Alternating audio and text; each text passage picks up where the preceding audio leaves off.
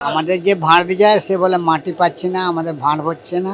কাগজে তো ভাল লাগে না, বাড়িই ভাল লাগে, একটা আলাদা ফ্লেভার থাকে। প্লাস্টিক কাপের গ্লাসে খেতে চাইছে না, এবং সেই জন্য একটু বিজনেসটা একটু খারাপ হয়ে গেছে। অবৈধভাবে যারা মাটি কেটে পাচার করছিলেন তার ওপরে প্রতিবন্ধ লাগানো হয়েছে, কিন্তু তার মানে এটা নয় কি মাটি আসবে না।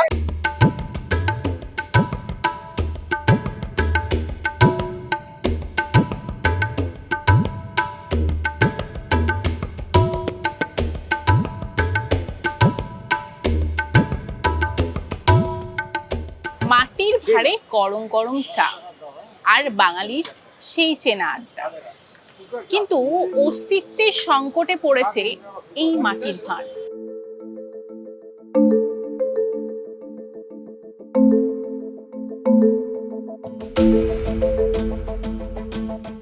বাঙালিকে চায়ের অভ্যেস ধরিয়ে দিয়ে গিয়েছে ব্রিটিশেরা, তবে সাহেবী কেতার চা পানের হয়েছে নিপাট বঙ্গীয়করণ। বাঙালির কাছে তাই মাটির ভাঁড় আর চায়ের যুগলবন্দি উত্তম সুচিত্রার রোম্যান্সের থেকে কম কিছু নয়। সেই জুটি আচমকা ভাঙতে বসায় মন ভেঙেছে চা প্রেমীদের। শিল্পীরা বলছেন তারা এঁটেল মাটি পাচ্ছেন না, এর ফলে মাটির ভাঁড় তৈরি করার জন্য তাদের কাছে পর্যাপ্ত মাটি নেই। আমাদের দামলহমরা ক্যানিং থেকে মাটি আসছে, লেকিন ব্যাপারটা হচ্ছে কি সব জায়গা থেকে মাটিটা বন্ধ করে দিল। আমি এই মুহূর্তে দাঁড়িয়ে রয়েছি কলকাতা পুরসভার 14 নম্বর ওয়ার্ডের কবিরাজ বাগানে, যেখানে এই ধরনের মাটির কাপ তৈরি করেই সংসার চলে প্রায় 20 থেকে 30টি পরিবারের।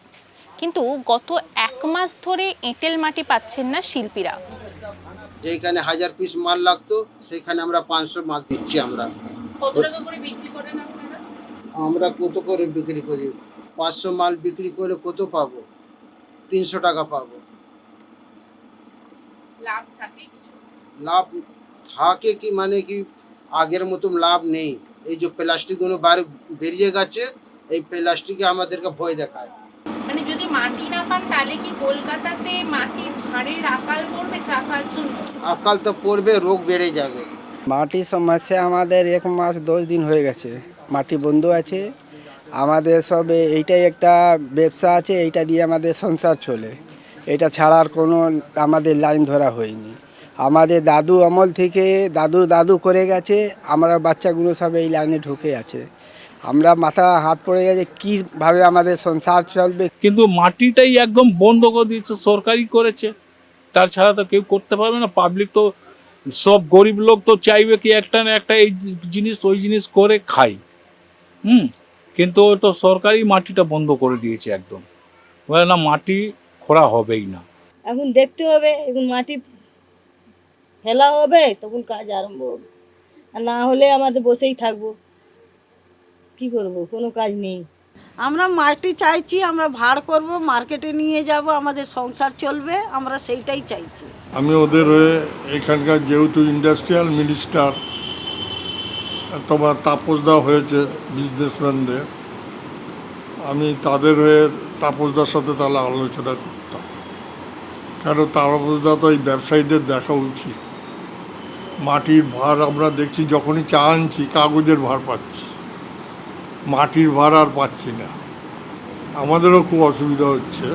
শহরের প্রায় সব ভাঁড়পট্টির ছবি একই। নদী ঘেরা পশ্চিমবঙ্গে মাটির এমন আকাল কেন?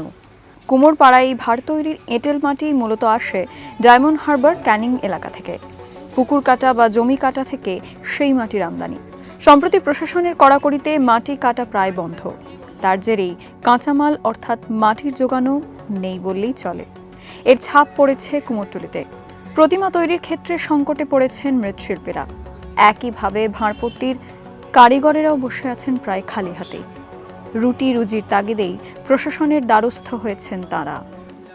আমাদের রেলি বার হয়েছিল, আমাদের মোহন প্রজাপতি আমাদেরকে যত কুমার সমিতি আছে সবাইকে নিয়ে গেছিল। সবাইকে নিয়ে গেল ধরমতলা পৌরসভার মধ্যে। সেইখানে আমাদেরকে জুলুসটা বার করে সেইখানে আমাদেরকে দাঁড়িয়ে দিল। আর সেইখানে সব কথাবার্তা হলে পর তারপর ওইখানকে যে পুলিশ কর্মী কার আছে যারা আছে ওরা আমাদেরকে অনেক সাহায্য করেছে। হ্যাঁ, তো ওরা আমাদেরকে ওখানে আটকিয়ে দিল। তার বলে 5 জনকে ওরা ধরে নিয়ে গেল নবান্নতে।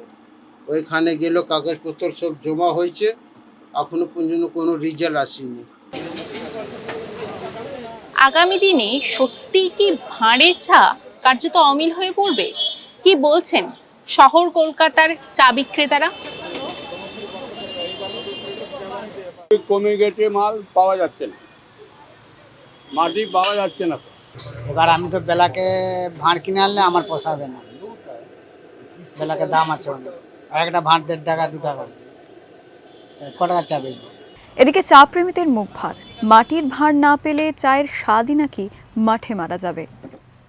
প্রেফারেন্স আছে, যদি পাওয়া যায় তাহলে ভাড়াই ভালো লাগে, আমরা প্রেফার করব। প্লাস্টিকের তো সব থেকে অ্যাভয়েড করা দরকার, কেন ওর যে একটা কেমিক্যাল থাকে, ওই কেমিক্যালটা আপনার এই চা বলুন বা যে কোনো গরম পদার্থ তার সঙ্গে পুরো মিশে যায়, মিশে গিয়ে শরীরে ক্ষতি করে। ওই জন্য মাটির কোনো ইয়ে নেই, মাটির জিনিসের আলাদাই একটা। चाय का मज़ा भाड़ में है, मिट्टी का खुशबू आता है, चाय का टेस्ट अपने आप बढ़ जाता है। कागज में प्लास्टिक में मज़ा नहीं है चाय का। आई थिंक कलकत्ता फेमस है मिट्टी का भाड़ का चाय के लिए। ভাড়ে ভাড়ে সংকট জমে উঠেছে বেশ, বিষয়টি নিয়ে তাই দ্রুত পদক্ষেপ করারই ভাবনা প্রশাসনের।